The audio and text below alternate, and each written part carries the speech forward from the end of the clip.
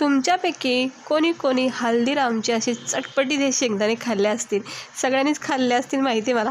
पण तेच आज शेंगदाणे मी घरच्या घरी बनवलेत. खूप छानपैकी मसाला शेंगदाणा, म्हणजेच मसाला पीनटसुद्धा याला बोलतो. तर बाहेरच पॅकेटमध्ये भेटतं, आपण घरच्या घरी बनवायचं. खूप कमी वेळामध्ये, कमी साहित्यामध्ये हे तयार होतं. इतके क्रिस्पी आणि कुडकुडीत लागतात ना खाता वेळेस. स्नॅक्स टाईमसाठी तुम्ही याला बनवून खाऊ शकता. बॉटलमध्ये सुद्धा स्टोअर करून भरपूर दिवस हा टिकून राहतो. तर त्यासाठी मी फक्त घेतले अर्धी वाटी कच्चे शेंगदाणे घ्यायचेत आपल्याला. स्वच्छ धुवून मग सुकून घ्यायचे आहेत. हे बघू शकता मस्त. आता हे मी अर्धी वाटी शेंगदाण्याचा पीनट्स मसाला बनवणार आहे. तर जरा साईडला ठेवूया. आणि हे 1 वाटीच्या थोडंसं कमी असं बेसनपीठ घेतलेलं आहे. हे पण साईडला ठेवूया. आणि याच्यामधले मला 2-2.5 चमचे अंदाजे अर्धी वाटी कॉर्नफ्लॉवर किंवा तांदळाचं पीठ इथं ॲड करू शकता.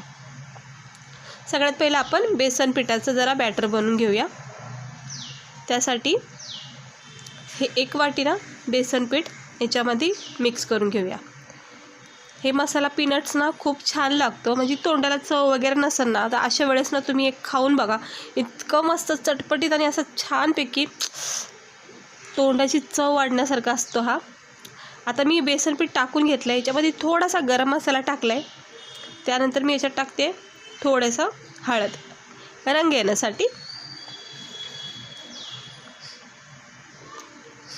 आता आपण ह्याच्यात टाकायचं धना पावडर 1 चमच्याच्या अंदाजाने. त्यानंतर चांगला स्पायसी तिखटपणा येण्यासाठी 1 चमचा मी इथं लाल मिरची पावडर टाकलेली आहे. आणि चवीनुसार मीठ जरा थोडंसं ह्या स्टेजवर कमी टाका, कारण आपण थोडेसे चटपटीत मसाले म्हणजे चाट मसाला वगैरे सुद्धा याला टाकायला लागतो. त्यामुळं मीठ थोडंसं कमी टाकायचं. आणि आता मी इथं 2.5 चमचेच्या अंदाजाने, अर्धी वाटीच्या अंदाजाने कॉर्नफ्लॉवर ॲड करते. कॉर्नफ्लॉवर टाकल्यामुळं काय होतं, कुठल्याही साहित्य असो तळणीचं छानपैकी क्रिस्पीपणा आणि असा भरपूर वेळापर्यंत म्हणजे ना कडकपणा त्याच्यामध्ये तयार राहतो. मग कुठलाही पदार्थ असू दे, भजे वगैरे, वड्या वगैरे. तर ह्याच्यामध्ये सुद्धा मी कॉर्नफ्लॉवर टाकले. आणि कॉर्नफ्लॉवर नसेल तर मग तांदळाचं पीठ. हे आता सगळं मिक्स करायचं.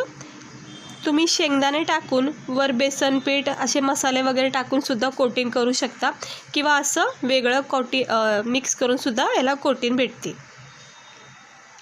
आता मी सगळे मसाले बेसन पीठ आणि कॉर्नफ्लॉवरमध्ये एकजीव करून घेतलेले आहेत. पातळ बॅटर आपल्याला अजिबात नको आहे, जरासा असा घट आणि थिकनेस पाहिजे. काय होतं, आपल्या शेंगदाण्याला ना पॅक झाला पाहिजे मसाला, चारी बाजूने व्यवस्थित अशी कोटिंग पॅक झाली पाहिजे मसाल्याची. आता हे बघा, हे असं क्रीमी टेक्स्चर घ्यायचं आहे.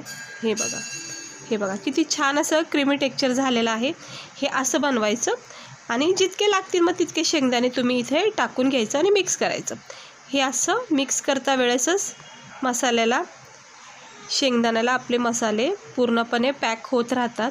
हलक्या हाताने हे असं मिक्स करवत राहायचं. बघू शकता किती छान असा हा मसाला पॅक झाला आहे शेंगदाण्याला. कट टू कट हा मसाला शेंगदाण्याला पॅक झालेला आहे. मस्त कोटिंग भेटलेली आहे. तुम्हाला मी जवळून दाखवते जरा. हे बघा झालेला आहे. हे बघा जरा जवळून बघू शकता तुम्ही याला, किती छान हा मसाला पॅक झाला आहे शेंगदाण्याला. हे बघा पूर्ण मसाले डीप झालेत शेंगदाण्यामध्ये, किंवा शेंगदाणे डीप झालेत मसाल्यामध्ये. हे अशा प्रकारे आपल्याला बनवायचं, किंवा शेंगदाणे टाकून वरून मसाला वगैरे सुद्धा टाकून तुम्ही हा बॅटर बनवू शकता.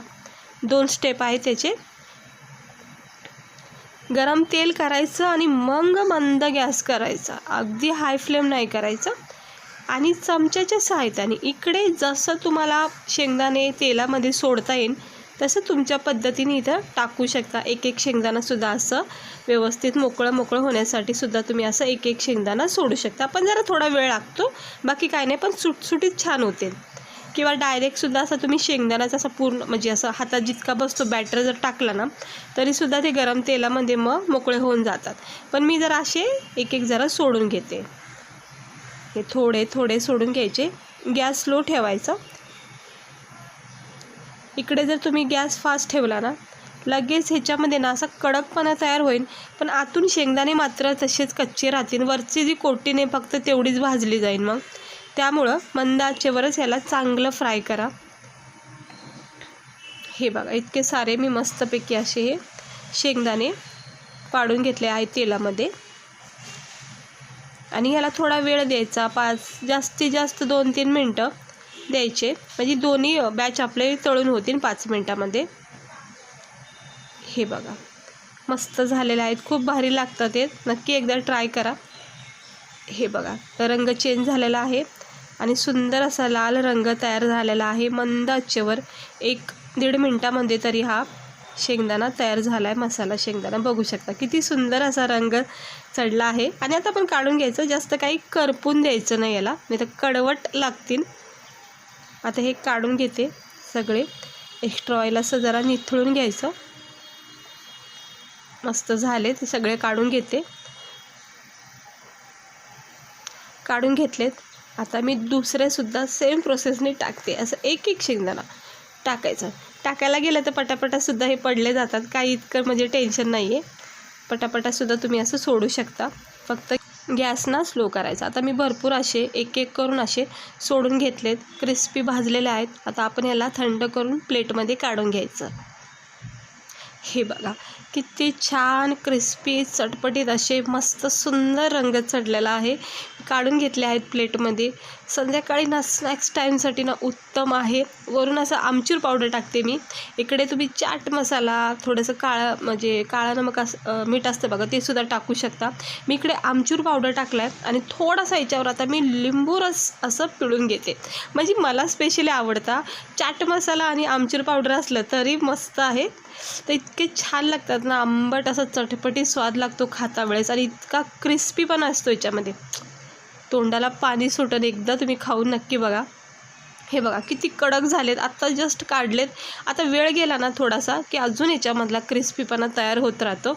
आणि स्पेशली तुम्ही याला ना काचेच्या बॉटलमध्ये भरून स्टोअर करू शकता, अजिबात खराब वगैरे होत नाही, कारण हे शेंगदाणे आहेत आणि छानपैकी आपण बेसन पीठ फ्राय केलं आहे, त्यामुळं खराब तर होऊ शकत नाही. चहासोबत तुम्ही गरमागरम हे घेऊ शकता बनवून, किंवा असं टाईमपास म्हणून कुठेही नेऊ शकता बनवून खायला. कशाला बाहेरून आणायचं, घरच्या घरी आपल्याला हे सहज बनवता येऊ शकतात. तर खर्च वाचवायचा आणि घरीच मस्त बनवू शकतात भरपूर क्वांटिटीमध्ये. हे बघा याचा क्रिस्पीपणा किती सुंदर झाला, इतके कडक लागतात आहेत ना. आणि खाऊन बघू शकते मी, आता खाते एक. तर मस्त झालेले आहेत. तर आवडले असेल तर नक्की एकदा ट्राय करा. हे असा मसाला पीनट्स, म्हणजेच हल्दीरामचे जे भेटतात ना मसाला पीनट्स, अगदी तशी चव लागते. फक्त असेच बनवा स्टेप बाय स्टेप. तर मी एक खाऊन बघितला आहे, तर इतका कडक लागला आहे, मस्त क्रिस्पी. हे बघू शकता, याची कोटिंग बघा मसाल्याची, बेसन पिठाची कट टू कट लागले. कुठंच आपला असा शेंगदाणा दिसून येत नाही, म्हणजे परफेक्ट बसला आहे कोटिंग मसाल्याची. तर इतका मस्त वाटतोय ना, खाता क्षणी फुटला गेला आहे शेंगदाणा दाताखाली, इतका छान क्रिस्पी झाला आहे आणि चवदार, म्हणजे चटपटीत वाटतोय. तर गरमागरम चहाबरोबर मी खाणार आहे, टी व्ही बघताना, जेवताना, किंवा असंच आपण जेवढे फ्री टाईममध्ये बसतो त्यावेळेससुद्धा हे खायला खूप मस्त आहे. लहान मुलालासुद्धा तुम्ही देऊ शकता. चला, व्हिडिओ आवडला असेल तर लाईक करा.